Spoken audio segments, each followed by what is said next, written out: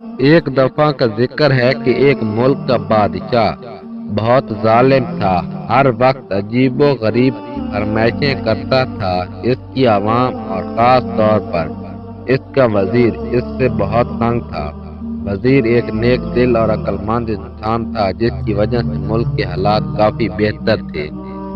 ایک دن بادشاہ کو عجیب و غریب خواہش سوچی۔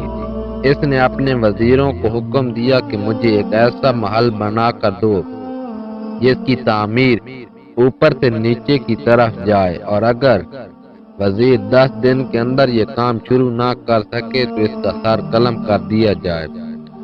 وزیر بیچارہ بہت پریشان ہوا کہ اب کیا کرے۔ بہرحال جب وہ اپنے گھر پہنچا تو اس نے اپنی بیوی کو سارا قصہ سنایا۔ بیوی نے مشورہ دیا کہ تم اللہ کے حضور مدد طلب کرو۔ وزیر کو مشورہ بہت پسند آیا۔ اس نے فوراً وضو کیا اور 2 نفل پڑھے اور اللہ سے دعا کی۔ دعا کرتے کرتے اس کو نیند آ گئی۔ خواب میں دیکھا کہ وہ جنگل میں جا رہا ہے کہ کوئی چمکتی ہوئی چیز ملتی ہے جسے لے کر وہ بادشاہ کو دے دیتا ہے اور بادشاہ بہت خوش ہو جاتا ہے۔ وزیر کو جب جاگ آتی ہے تو اس نے اپنی بیوی کو سارا خواب سنا دیا، تو بیوی نے فوراً کہا کہ جنگل کی طرف جاؤ، وہاں سے تمہیں مدد ملے گی۔ وزیر نے اگلے دن اپنا سفر باندھ لیا اور سفر کو نکل پڑا۔ وہ تھوڑا بہت آرام کرتا پھر چل پڑتا۔ چلتے چلتے اس کو 5 دن ہو گئے تھے، تو اس نے سوچا کہ چلو اب واپس چلتے ہیں، اس مسئلے کا کوئی حل نہیں۔ جب وہ واپس مڑنے لگا تو اچانک اس کی نظر ایک خرگوش پر پڑی جو بیچارہ شکنجے میں پھنسا ہوا تھا۔ نیک دل وزیر نے فوراً شکنجے سے خرگوش کو آزاد کرایا اور پھر واپس مڑنے ہی لگا تھا کہ اس کو ایک آواز آئی، اے نیک دل انسان، تمہارا بہت شکریہ۔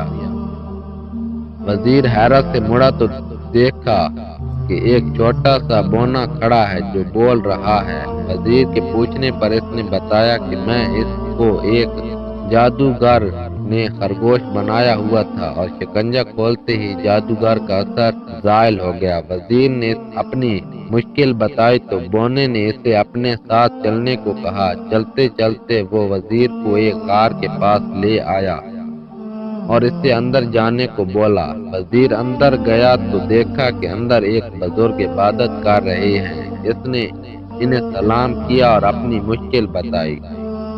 بزرگ مسکرائے اور کہا، بیٹا کوئی مسئلہ نہیں، اور ساتھ ہی وزیر کو ایک طوطا دیا کہ اس کو اپنے ساتھ لے جاؤ، یہ تمہاری مدد کرے گا۔ وزیر نے ان کا شکریہ ادا کیا اور واپس اپنے گھر چل دیا۔ اپنے گھر جا کر اس نے اپنی بیوی کو سارا ماجرا سنایا تو وہ بھی بہت خوش ہوئی۔ اگلے دن وہ بادشاہ کے محل گیا اور بادشاہ کو کہا، آپ میرے ساتھ چلیں اور دیکھیں میں کیسے اوپر سے نیچے کی طرف محل تعمیر کرتا ہوں۔ وزیر بادشاہ کو ایک کھلی جگہ لے آیا جہاں بادشاہ نے نیا محل بنوانے کو کہا تھا۔ اس جگہ مزدور اور مستری اور تعمیراتی سامان پڑا ہوا تھا۔ وزیر نے طوطے کو ہوا میں چھوڑا اور کہا، چلو میاں مٹھو اب اپنا کام دکھاؤ۔ طوطا اڑتا ہوا کافی اونچائی پر چلا گیا اور آواز لگانی شروع کر دی کہ اینٹیں پکڑاؤ، اینٹیں پکڑاؤ۔ بادشاہ یہ سن کر غصے میں آ گیا اور وزیر کو کہا، بھلا اتنی زیادہ اونچائی پر کون اینٹیں کیسے پہنچائے گا؟